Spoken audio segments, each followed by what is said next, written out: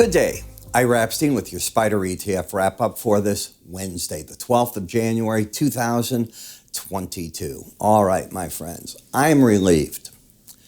I have been waiting to get through with the Fed testimony, as Chairman Powell yesterday testified in front of the Senate Banking Committee. I've been waiting to get the CPI data out of the way. I admit I did not see the craziness that came out of the Fed minutes. And now that those three events are beyond us, what's next? And I'm thinking about it. You got some jobless data coming, but I don't think anything's going to move the market like that again. I think we have a free sale for several weeks. And that means we get back to real chart action. And as you know, so many of the charts had either hit their upper Bollinger Band or their lower band in the past 3 to 5 days. I've been telling you, got to be out of the market, waiting for the next setups, and let today go by you. Now, today became, with all the craziness, a risk-on day.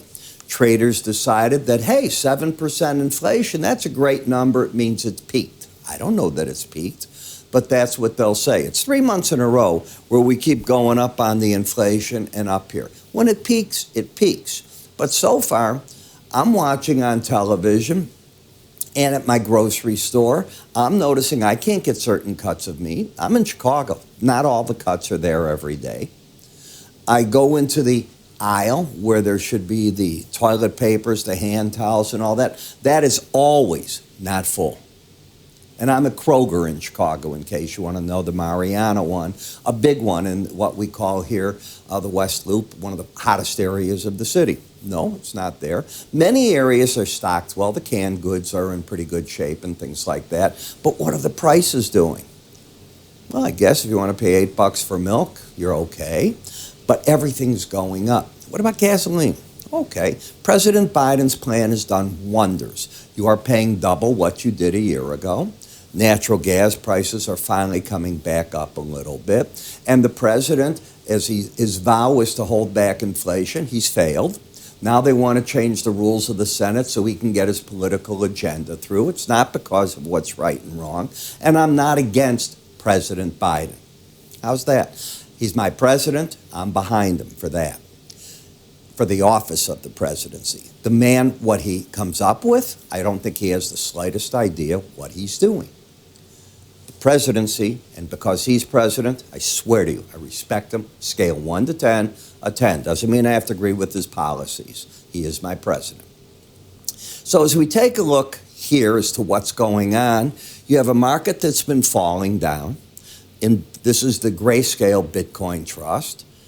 The market's come down pretty hard. It's been under all the key averages, but we're suddenly getting a V-bottom bounce. Okay, if you put the Bollinger Band on, you finally move to the right-hand side. And now what you got to look for is, what is the slow stochastic study doing? Well, the slow stochastic study on the close closed at 2104. My way of teaching you to trade means this number meant you came out of all short positions today. For other shorts, you may have covered up there, and if you were holding remaining ones, today was the day out. Does that mean I'm suddenly bullish? It does not. It means I'm no longer in the bear camp. Big difference. I could rejoin the camp real easy if the market re-embeds tomorrow with both numbers getting back on a close under 20. The odds of that are not strong, but if it happens, I will rethink my ideas. If it keeps rallying, which it should, if it doesn't break, I'm targeting now 34.42, wherever the 18-day average comes in as the upside target. In Apple, this is a chart that's doing nothing. You have entered a trading affair. You've got your upper band, your lower band, and you're caught between them. You do not have a charting pattern there to work off of. You still do in the financial sector. Why not? In the financial sector, the goal is interest rates that are higher with an economy that doesn't collapse under you. There's two parts to that statement. That's pretty good for these. And you can see how it's doing it. I have been telling you, and I'm going to keep telling you, I think each break in the market, like these back under the Bollinger Band, when you're embedded, traders are looking for a way in. There is an average I teach in my enhanced Bollinger Band course, and that's the one I use to see if it gets hit on a certain parameter to buy. It hasn't done it just recently. Disney remains overbought. The trend is down as you have lower highs, lower lows, but the bias is up since you're over the 18-day average. Guess what I do? See my hands? They're in my pocket. I'm not hitting a buy or a sell button. The place to come out of the market was here. You lost all reason to be long when the momentum turned back down, and now I think you're just sidelined. I am bearish still on the Facebook. It has hit its downside targets. Today it went back up. I told traders I think the pros are selling this market at 335.24 with a tight stop right over 337.01. So that's what I think they got done today. That doesn't mean I'm right on it, but they got a bit of a lead going home, and the Bollinger Band is still the target. It could easily stop them out. Okay, so they lose a buck. In XLI, I see nothing. This is a market that had an embedded reading. Both numbers in the slow stochastic were going sideways in the 80s. When you lose it, you often go to the 18-day average, and you do this. You call your friends up on the phone. Let's regroup. Should we be bulls or bears? What should we do? And you're sitting there and you're waiting for the market to tell you what next, and it hasn't told us. The party line isn't full yet. We have to wait. XSD. You came down to the combination of the 100-day average and the lower Bollinger Band. If you're bearish, what more are you looking for? I can't think of the ultimate thing is to cover shorts there. It's not to go long. It's not to play to catch this because you're not trending. That's how I teach charting. I look for resistance there, but that's about it. In the home builders, the trend has been down, and just like we looked over on the other chart, this combination of the Bollinger Band 100-day average held the market. What do I think the pros will do here? They could still probe at 82.79, the short side, with stops over the 85.56 level, looking for another test of that. Wouldn't surprise me. In the XLE, the energy sector, this has been a runaway mode that is giving you no chance to enter. Why? The way that I teach charting, and I've been teaching charting, I was thinking about it.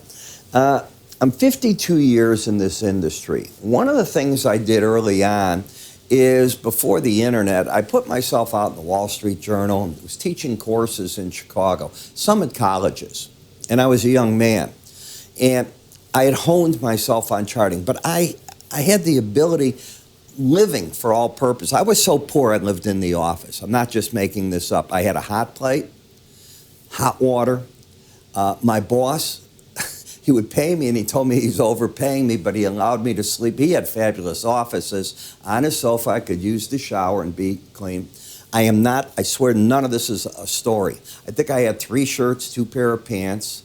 I was in law school, trying to put myself through everything. Still talking to my parents. They thought when I went into commodities that I was a professional gambler at that point. I can go on. The stories are too funny. But I learned that when markets keep making higher highs and it's suckering you in like that, where do you come in? You don't. You're sort of locked out of the market. Number 2, once I learned Bollinger Bands, I said, my gosh, there's the key. Only 95% of the time you'll trade within them. That's only 95. I want to be the house. I'm willing to give up the other 5% to you because I'm going to get your money anyways. Keep playing. Buy each time over that band. I am going to get your money. But when you get the 1 runs in a long time that this happens, that's great.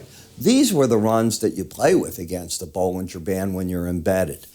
Not this one. That's all I'm saying. I will go on record with it. And I'm not bearish. That's not what I'm saying to you. In gold, okay, this was the cover zone in gold. Now, it's too much risk here, I think, or is it?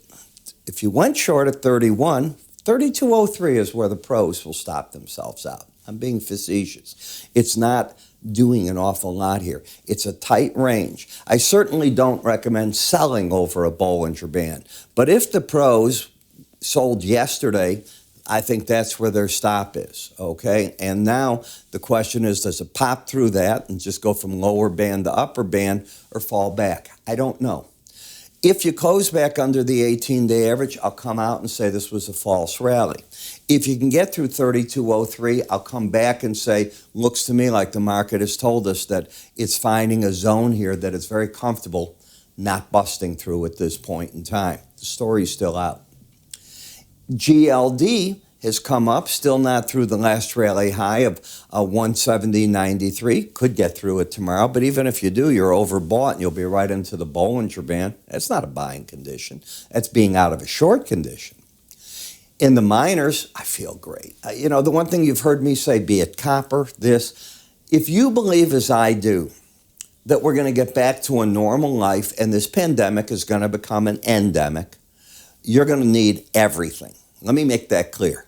Everything. All the supply chains have not filled up. Kathy Woods is out there saying that she thinks the biggest play is the price of used cars. They're going to collapse. Well, she's right if you could produce enough new cars, but her timing is wrong, in my opinion. Why? I'm watching the Mecum auction today. I'm watching people pay up for these cars. I love cars. I've had so many cars in my lifetime, different ones, all the exotics. Had a ball with them. Yes, the Ferraris and everything. If you want maintenance issues, own one of those. But to make a long story short,